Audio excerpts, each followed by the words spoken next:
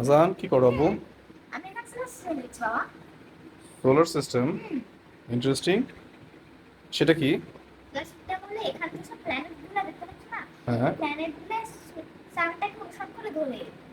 আচ্ছা, সানকে অনুসরণ করে ঘোরে। হ্যাঁ, এখানে কয়টা প্ল্যানেট আছে? এখানে এখানে হচ্ছে 7টা প্ল্যানেট আছে। 7টা।